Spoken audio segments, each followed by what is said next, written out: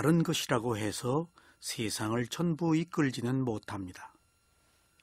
바른 말은 그 말을 이해하거나 받아들일 준비가 된 사람에게만 영향을 미칩니다. 바른 말은 바르게 살기를 원하는 사람에게만 길잡이가 됩니다. 그러므로 모든 것은 자신이 선택하는 것입니다. 바른 것이라고 해서 무조건 상대에게 강요하지 말아야 합니다. 바른 말을 하되 받아들이지 않을 때는 때를 기다려야 합니다. 그러나 받아들이지 않는다고 해서 할 말을 멈추어서도 안 됩니다. 교육도 수행이므로 반드시 필요한 것은 말을 해야 합니다.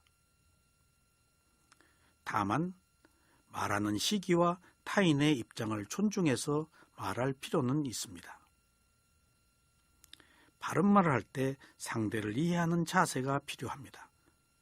이것이 상대를 변화시킬 수 있는 중도이며 위파사나 수행의 알아차림입니다. 수행자 여러분, 지난 시간에 이어서 계속 욕계 해로운 마음 12가지에 대해서 말씀드리겠습니다. 5번째, 탐욕에 뿌리가 있고 평온의 느낌이 있고 사견과 함께하고 자극이 없는 마음입니다. 6째, 탐욕에 뿌리가 있고 평온의 느낌이 있고 사견과 함께하고 자극이 있는 마음입니다. 이상 2가지 마음이 모두 똑같은데 자극이 있느냐 없느냐로 구분한 것입니다. 7째, 탐욕에 뿌리가 있고 평온의 느낌이 있고 사견이 있고 자극이 없는 마음입니다. 8째, 탐욕에 뿌리가 있고 평온의 느낌이 있고 사견이 없고 자극이 있는 마음입니다. 이성 2가지 마음이 모두 똑같은데 자극이 있느냐 없느냐로 구분합니다. 9째, 성냄의 뿌리가 있고 불만족의 느낌이 있고 반감이 함께하고 자극이 없는 마음입니다.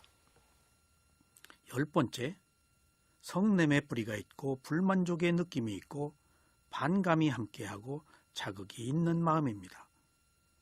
이상 2가지 마음이 모두 똑같은데 자극이 있느냐 없느냐로 구분한 것입니다. 11번째, 어리석음의 뿌리가 있고 평온의 느낌이 있고 들뜸이 함께하고 자극이 없는 마음입니다.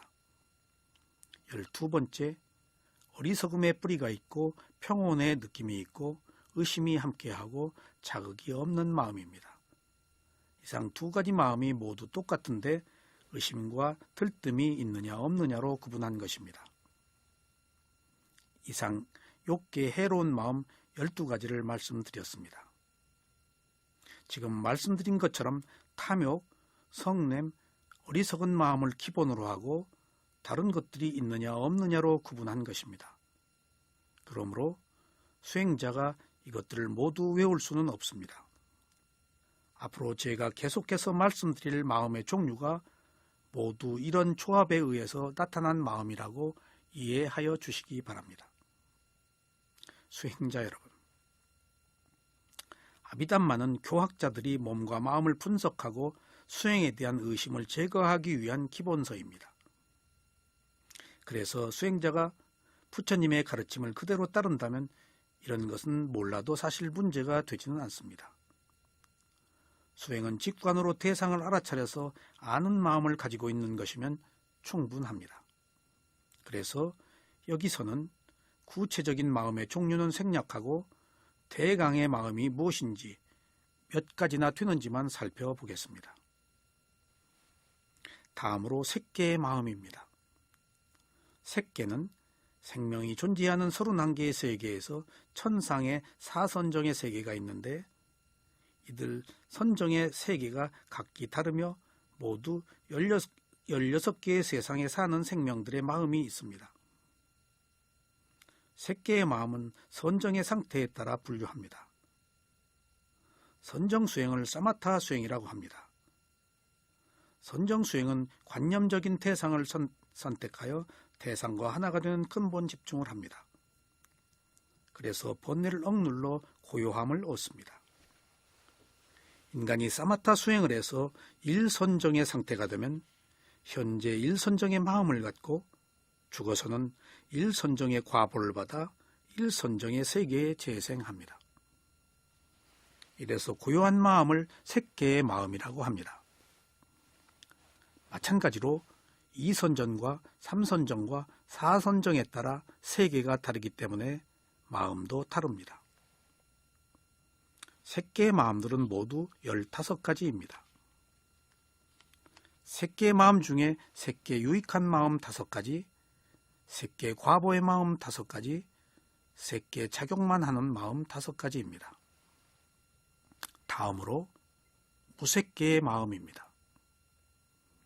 무색계는 생명이 사는 31개의 세계 중에서 천상의 제일 상위에 사는 세계로 4개의 세계가 있습니다. 이 세계를 무색계의 세계라고 합니다. 무색계의 첫 번째 세계는 공무변처천입니다. 두 번째 세계는 식무변처천입니다. 세 번째 세계는 무소유처천입니다. 그리고 네 번째 세계는 비상비비상처천입니다.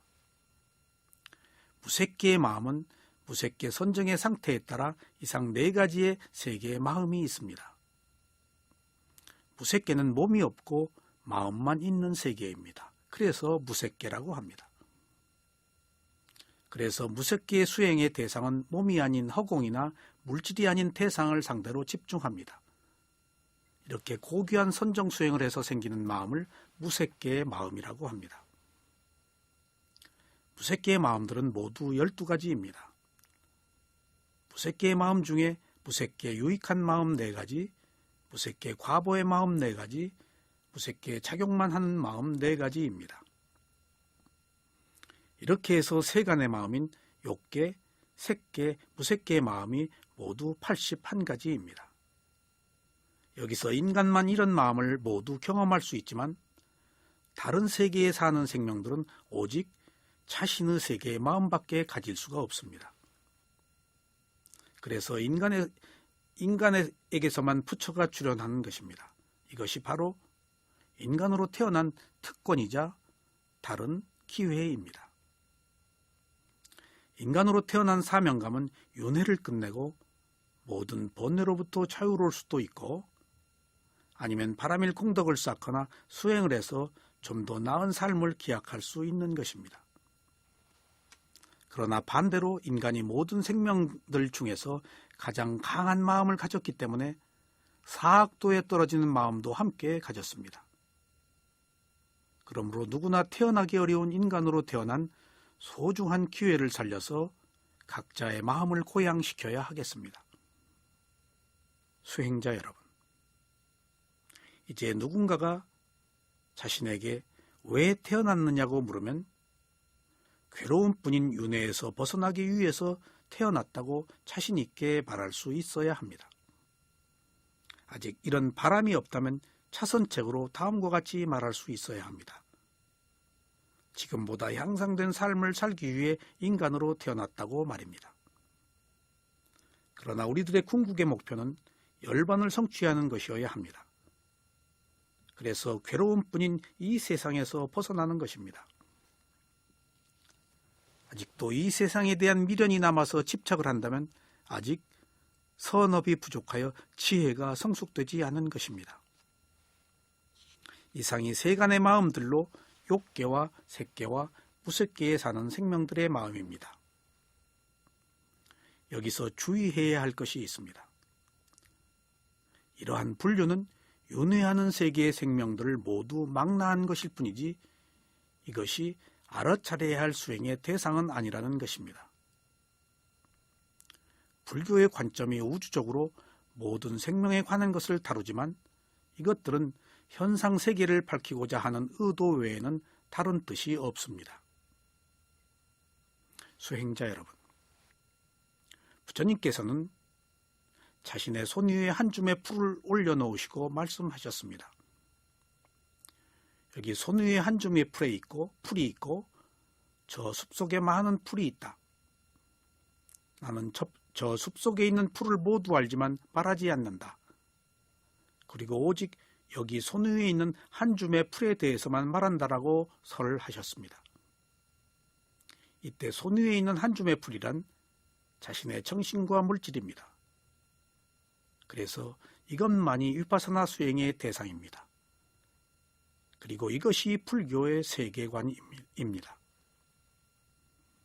부처님께서 인간의 정신과 물질에 대한 것이 아닌 것을 말씀하셨을 때는 단지 보조적으로 설명하기 위해서 말씀하신 것이지 오직 그것만을 설하기 위해서 말씀하시지는 않으셨습니다. 그러므로 우리는 불필요한 궁금증으로 인해 알아차림을 소홀히 해서는 안 됩니다. 궁금증은 단지 궁금증일 뿐입니다. 궁금증은 단순한 호기심으로 누구도 그것을 충족시킬 수가 없습니다. 하나를 알면 계속해서 다른 궁금증을 일으키기 때문입니다. 그렇다면 세월이 흘러도 할 일을 하지 못합니다. 또한 궁금증은 아무리 바르게 말해도 받아들이지 않고 계속해서 의문만 갖습니다. 이처럼 궁금증이 습관이 되지 않게 하기 위해서 수행자라면 먼저 자신의 몸과 마음을 알아차리라고 말합니다. 부처님께서 숲속에 있는 풀을 모두 알지만 말씀하지 않으신 것은 수행자가 그것을 알 필요가 없기 때문입니다. 한 인간의 번뇌는 자신의 정신과 물질을 통해서 만들어진 것이기 때문에 우리가 오직 알아차려야 할 대상은 자신의 정신과 물질입니다. 이것이 아닌 다른 것으로는 결코 자신을 정화할 수 없습니다. 그래서 먼저 자신을 정화하지 못하면 남에 대해서도 결코 이로움을 줄 수가 없습니다. 수행자 여러분, 이처럼 불교의 관점은 오직 자신의 정신과 물질에 가는 것에 초점이 맞추어져 있습니다.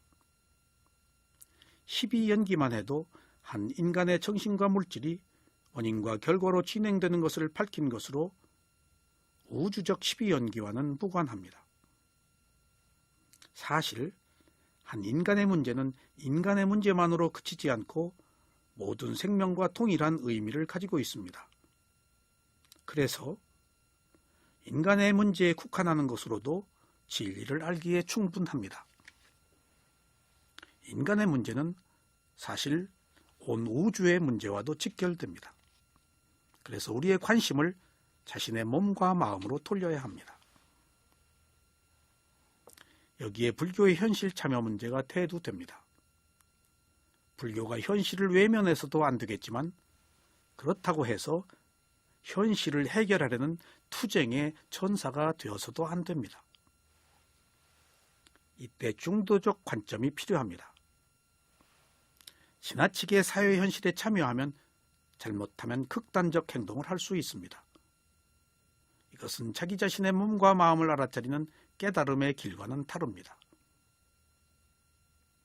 사회 참여의 성향이 강한 사람은 그 길로 가겠지만 이것이 수행자가 갈 길은 아니라고 분명하게 알아야 합니다.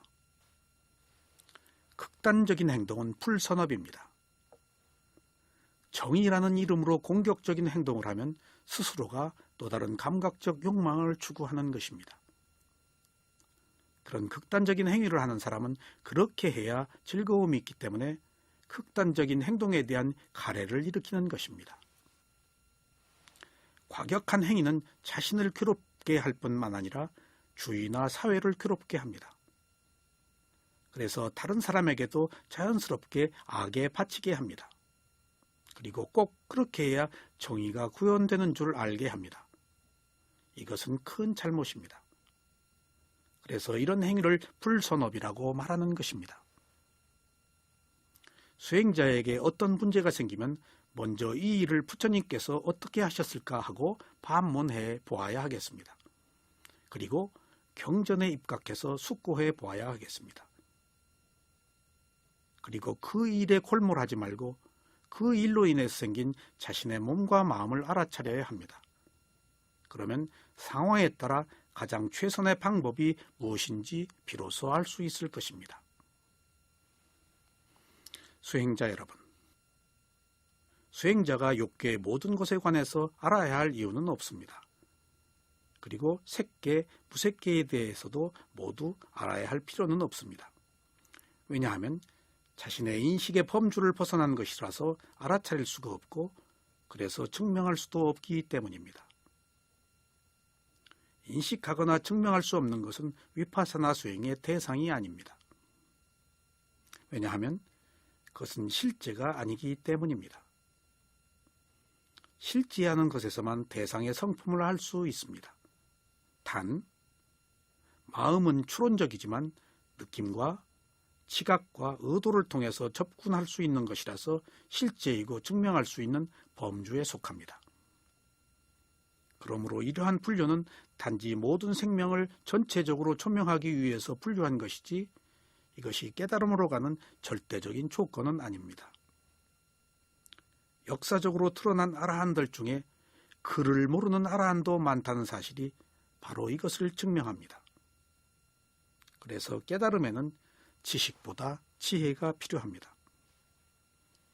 그래서 이러한 세계가 있다는 사실을 알아서 이런 세계에서 살려고 하기보다 윤회에서 벗어나는 것이 가장 고귀한 일이라는 인식을 가져야 하겠습니다. 그리고 지금보다 더 나은 삶을 살겠다는 의지를 갖는 것이 중요합니다. 그래서 고통보다는 행복을 찾는 노력을 해야 합니다. 그런 이유로 지금까지 여러 가지 마음을 분석한 것입니다.